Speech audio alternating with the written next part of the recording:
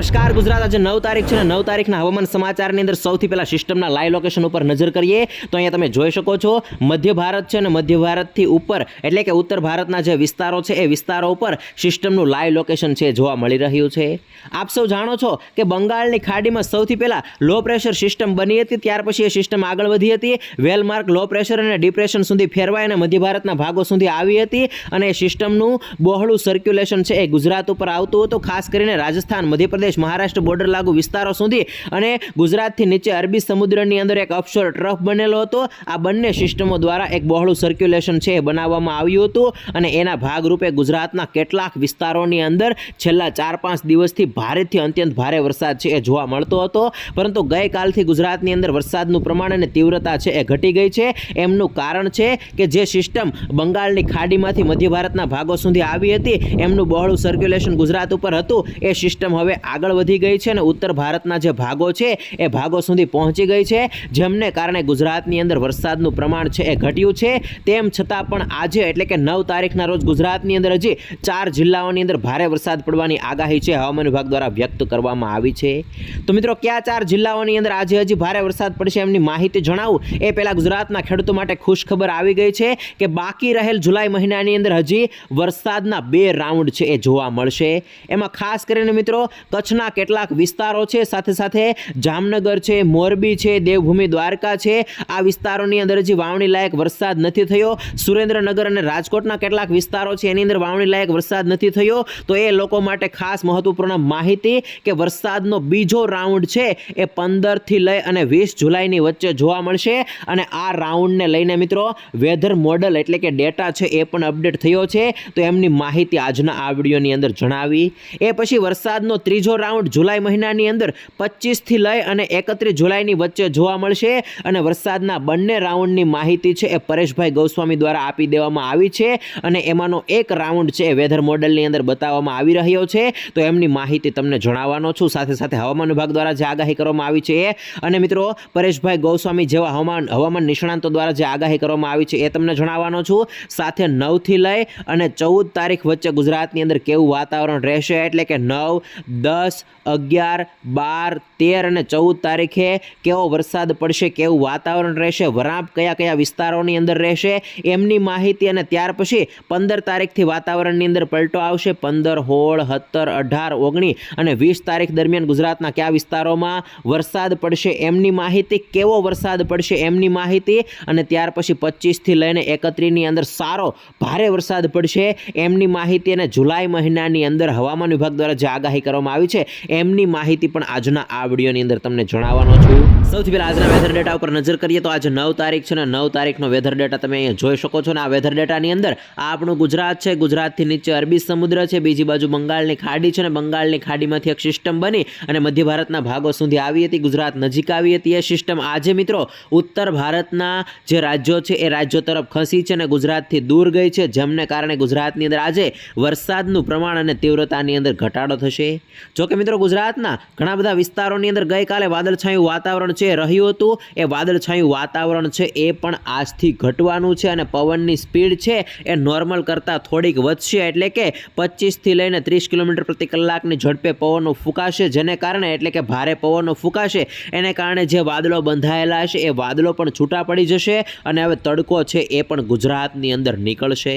મિત્રો અહીંયા તમે રાત્રિનો સેટેલાઇટ ઇમેજ છે એ જોઈ શકો છો। આ સેટેલાઇટ ઇમેજની અંદર ખાસ કરીને આપણું ગુજરાત છે, અહીંયા મિત્રો હું તમને જણાવી દઉં આ સેટેલાઇટ ઇમેજ છે હવામાન વિભાગનો છે, આ ગુજરાત છે, ગુજરાતથી નીચે અરબી સમુદ્રની અંદર ક્લાઉડ એટલે કે વાદળો બતાતા નથી, બંગાળની ખાડીમાં થોડાક વાદળો એટલે કે ક્લાઉડ બતાય છે અને મધ્ય ભારતના જે ભાગો છે અથવા તો ચાઇનાના જે વિસ્તારો છે એ વિસ્તારો ઉપર ક્લાઉડ બતાવી રહ્યા છે, બાકી ગુજરાત ઉપર હવે વધારે વાદળો નથી। એ વાદળો આજના દિવસે અત્યારના સેટેલાઇટ ઇમેજની અંદર ઘણા બધા વયા ગયા છે, એટલે હવે વરસાદની માત્રા છે એની અંદર ઘટાડો થશે। ગુજરાતની અંદર તમે જોઈ શકો છો આજે એટલે કે 9 તારીખના રોજ હજી પણ દક્ષિણ ગુજરાતની અંદર આજે છૂટો છવાયા વરસાદ છે એ પડી શકે છે। એની અંદર સુરત હોય, નવસારી હોય, વલસાડ હોય, દમણ દાદરા નગર હવેલીના વિસ્તારો હોય, ડાંગ હોય, નર્મદા હોય, રાજપીપળા, છોટાઉદેપુરના વિસ્તારો છે, આટલા વિસ્તારોની અંદર ક્યાંક છૂટો છવાયો હળવો વરસાદ છે એ આજના દિવસે એટલે કે 9 તારીખના રોજ તમને જોવા મળી શકે છે। બાકી ગુજરાતની અંદર કચ્છ હોય, સૌરાષ્ટ્રના તમામ વિસ્તારો હોય, ઉત્તર ગુજરાત હોય, મધ્ય ગુજરાતના તમામ વિસ્તારો હોય, આ તમામ વિસ્તારોની અંદર આજે વાદળછાયું ક્યાંક ક્યાંક વાતાવરણ રહેશે અને બાકી તડકો છે એ નીકળી જશે, વરસાદની શક્યતાઓ છે નહીં દેખાય. ત્યાર પછી મિત્રો 10 તારીખની આગાહી ઉપર નજર કરીએ તો તમે જોઈ શકો છો 10 તારીખના રોજ ગુજરાતની અંદર વાતાવરણ છે એ ક્લિયર થતું જશે અને જે મધ્ય ભારત ઉપર સિસ્ટમ હતી એ સિસ્ટમ પણ અહીંયા ખાસ કરીને નેપાળ અને ચાઇનાના જે વિસ્તારો છે, દિલ્હીથી આગળના જે વિસ્તારો છે એ તમામ વિસ્તારો સુધી જતી રહેશે. એટલે ગુજરાતની અંદર વરસાદનું પ્રમાણ છે ઘટી જશે અને અરબી સમુદ્રની અંદર જે અપશોર ટ્રફ બનેલો હતો એ ટ્રફ પણ ઘણો બધો નબળો પડી જશે. એટલે દક્ષિણ ગુજરાતની અંદર વરસાદનું પ્રમાણ છે એ આવતીકાલથી ઘટી જશે. એટલે કે 10 તારીખથી ગુજરાતની અંદર સારી એવી વરાપ છે એ જોવા મળશે. જ્યાં વધારે વરસાદ પડ્યો હતો ત્યાં ખેડૂતો હવે ખેતીના કામો કરી શકશે, વાવણી છે એ કરી શકશે. અને જે વિસ્તારોની અંદર વરસાદ નથી પડ્યો ત્યાં ચિંતાના સમાચાર છે, તો એમના માટે પણ તમને જણાવવાનો છું કે ક્યાં ભારે વરસાદ હવે પડશે, એટલે કે કઈ તારીખથી પડશે.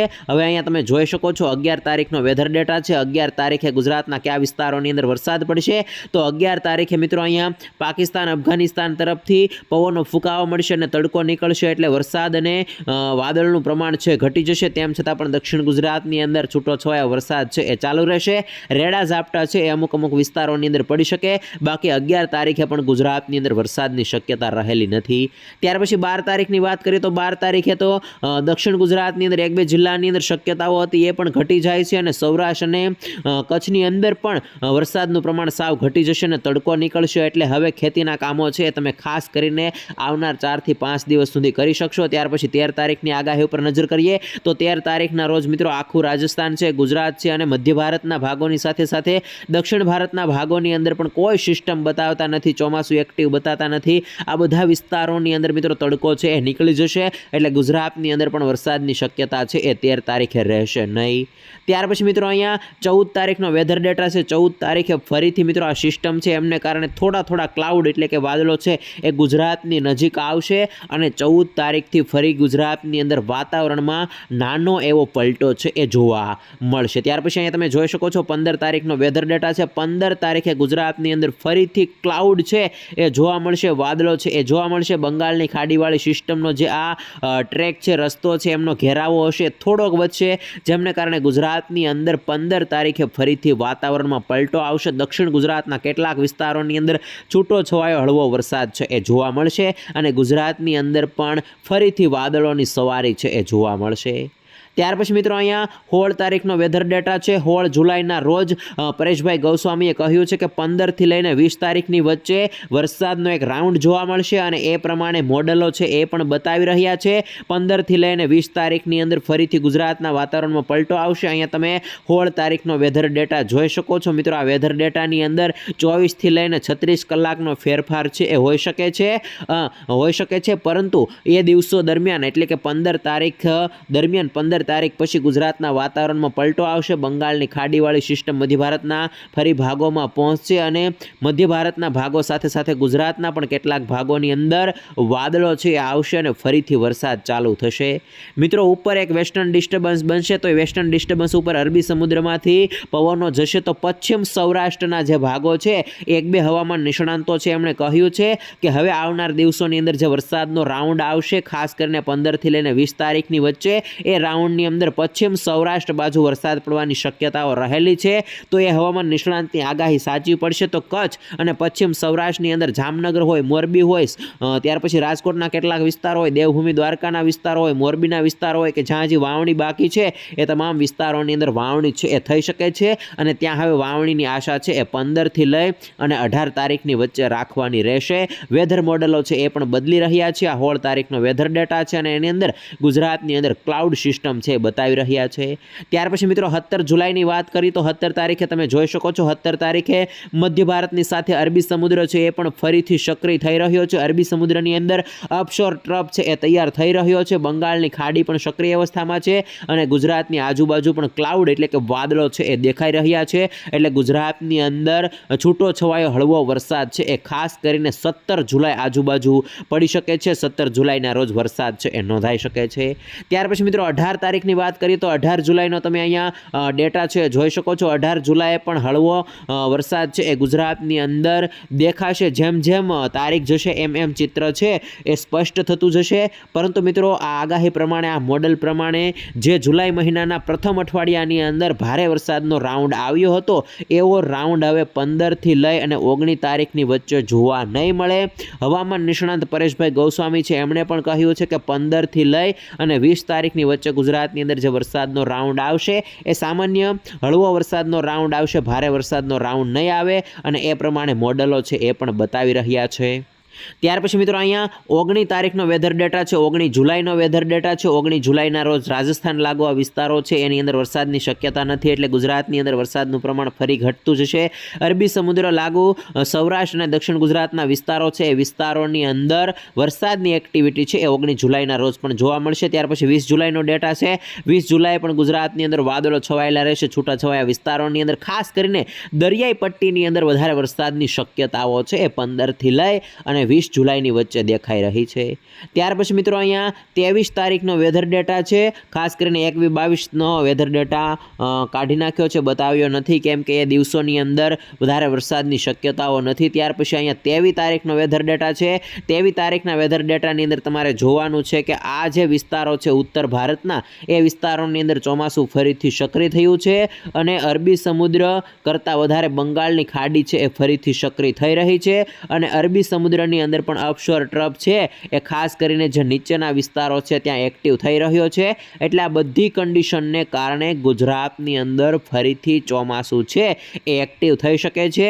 અને વેધર ડેટા પ્રમાણે મિત્રો, હવામાન વિભાગની આગાહી અને હવામાન નિષ્ણાંત પ્રમાણે મિત્રો, જુલાઈ મહિનાના છેલ્લા અઠવાડિયાની અંદર ફરીથી એક સારા વરસાદનો રાઉન્ડ છે એ આવી શકે છે.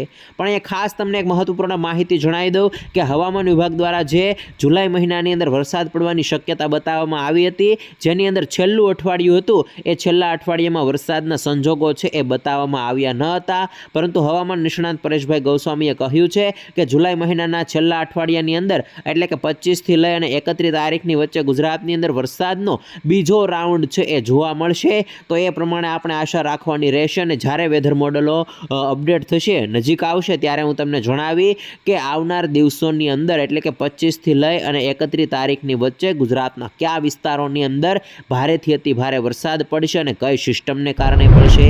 હવામાન વિભાગની લેટેસ્ટ આગાહી ઉપર નજર કરીએ તો મિત્રો, હવામાન વિભાગ દ્વારા ગઈકાલે એટલે કે 8 જુલાઈ 2024ના રોજ મોસમ વિભાગ કેન્દ્ર અમદાવાદ દ્વારા ગુજરાતની અંદર વરસાદને લઈને નવી નકોર આગાહી છે કરવામાં આવી હતી. મિત્રો આગાહીની અંદર છેલ્લી 24 કલાક દરમિયાન ગુજરાતની અંદર ક્યાં ભારે વરસાદ પડ્યો હતો એની માહિતી છે જણાવવામાં આવી છે. એની અંદર તમે જોઈ શકો છો કે ગઈકાલે પણ ગુજરાતની અંદર ખાસ કરીને એક્સ્ટ્રીમલી હેવી રેનફોલ, એટલે કે અત્યંત ભારે વરસાદ છે એ નોંધાયો હતો. એની અંદર સુરત છે, નવસારી છે, વલસાડ છે, તાપી છે, ડાંગ છે, દમણ દાદરા નગર હવેલીના વિસ્તારો છે કે એની અંદર અત્યંત ભારે વરસાદ પડ્યો હતો. આ સાથે એ તમામ વિસ્તારોની અંદર ભારે વરસાદ પણ પડ્યો હતો. અને મિત્રો સાબરકાંઠા અને ગાંધીનગરના વિસ્તારોની અંદર પણ રાત્રિ દરમિયાન ગઈકાલે વરસાદ છે એ નોંધાયો હતો. અને એની માહિતી છે એ હવામાન વિભાગ દ્વારા જણાવવામાં આવી હતી. મિત્રો આગાહીની અંદર વધારે આખા ભારતની અંદર જેટલી પણ સિસ્ટમો સક્રિય છે એની પણ માહિતી અહીંયા આપવામાં આવી છે. ખાસ આપને જણાવી દઉં કે આ માહિતી છે ગઈકાલે મિડ ડે, એટલે કે મધ્ય દિવસે આપવામાં આવી હતી. એટલે મધ્ય દિવસથી આગળની 24 કલાક હતી એની અંદર જે વરસાદ પડ્યો હતો એની આ માહિતી આપેલી છે. અને જેટલી સિસ્ટમો સક્રિય હતી એની માહિતી આપેલી છે. એની અંદર ખાસ કરીને ગુજરાતની અંદર ચોમાસું છે એ મિત્રો બેસી ગયું છે. આખા ગુજરાતની અંદર હવામાન વિભાગ દ્વારા ચોમાસું બેસી ગયાની જાહેરાત કરી દેવામાં આવી છે. અને હજી પણ ભારતના અમુક સેન્ટરોની અંદર ચોમાસું પહોંચ્યું નથી. ત્યાં ફેવરેબલ કન્ડિશન બનેલી છે અને ત્યાં હવે ચોમાસું છે એ આગળ વધી શકે છે એવી માહિતી હવામાન વિભાગે આપી છે. આ સાથે મિત્રો ભારતની અંદર ઘણી બધી સિસ્ટમો સક્રિય છે, પરંતુ ગુજરાતની નજીક હવે વધારે મોટી સિસ્ટમ સક્રિય નથી. વેલમાર્ક લો પ્રેશર એરિયા બનેલો હતો, એ એરિયા હજી પણ મધ્ય ભારતની અંદર મધ્યપ્રદેશ અને એને લાગુ વિસ્તારો ઉપર છે. ત્યાર પછી એક ટ્રફ બનેલો છે. ત્યાર પછી ગુજરાત અને સાયક્લોનિક સર્ક્યુલેશન છે એને કનેક્ટ થઈ રહ્યું છે છે એની એક માહિતી હતી, ત્યાર પછી એક વેસ્ટર્ન ડિસ્ટર્બન્સની માહિતી છે, અપર એર સાયક્લોનિક સર્ક્યુલેશનની માહિતી છે.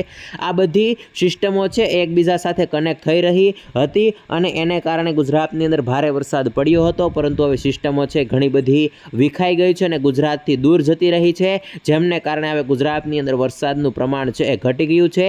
તેમ છતાં પણ હવામાન વિભાગ દ્વારા ગઈકાલે એટલે કે 8 તારીખના રોજ ગુજરાતના 3-4 જિલ્લાઓ એટલે કે નવસારી હોય, ડાંગ હોય, વલસાડ હોય, દમણ અને દાદરા નગર હવેલીના વિસ્તારો છે એની અંદર ઓરેન્જ એલર્ટની વોર્નિંગ છે આપવામાં આવી હતી. સાથે સાથે મિત્રો અમરેલી, ભાવનગર, સાબરકાંઠા, અરવલ્લી, મહીસાગર, દાહોદ, પંચમહાલ, છોટાઉદેપુર, નર્મદા, સુરત, તાપી આ તમામ વિસ્તારોની અંદર પણ મધ્યમ ભારે વરસાદ પડવાની આગાહી છે વ્યક્ત કરવામાં આવી હતી, પરંતુ ગઈકાલે આ સેન્ટરોની અંદર ભારે વરસાદ પડ્યો હોય એવા આંકડા મળ્યા નથી અને માત્ર વાદળછાયું વાતાવરણ છે રહ્યું હતું.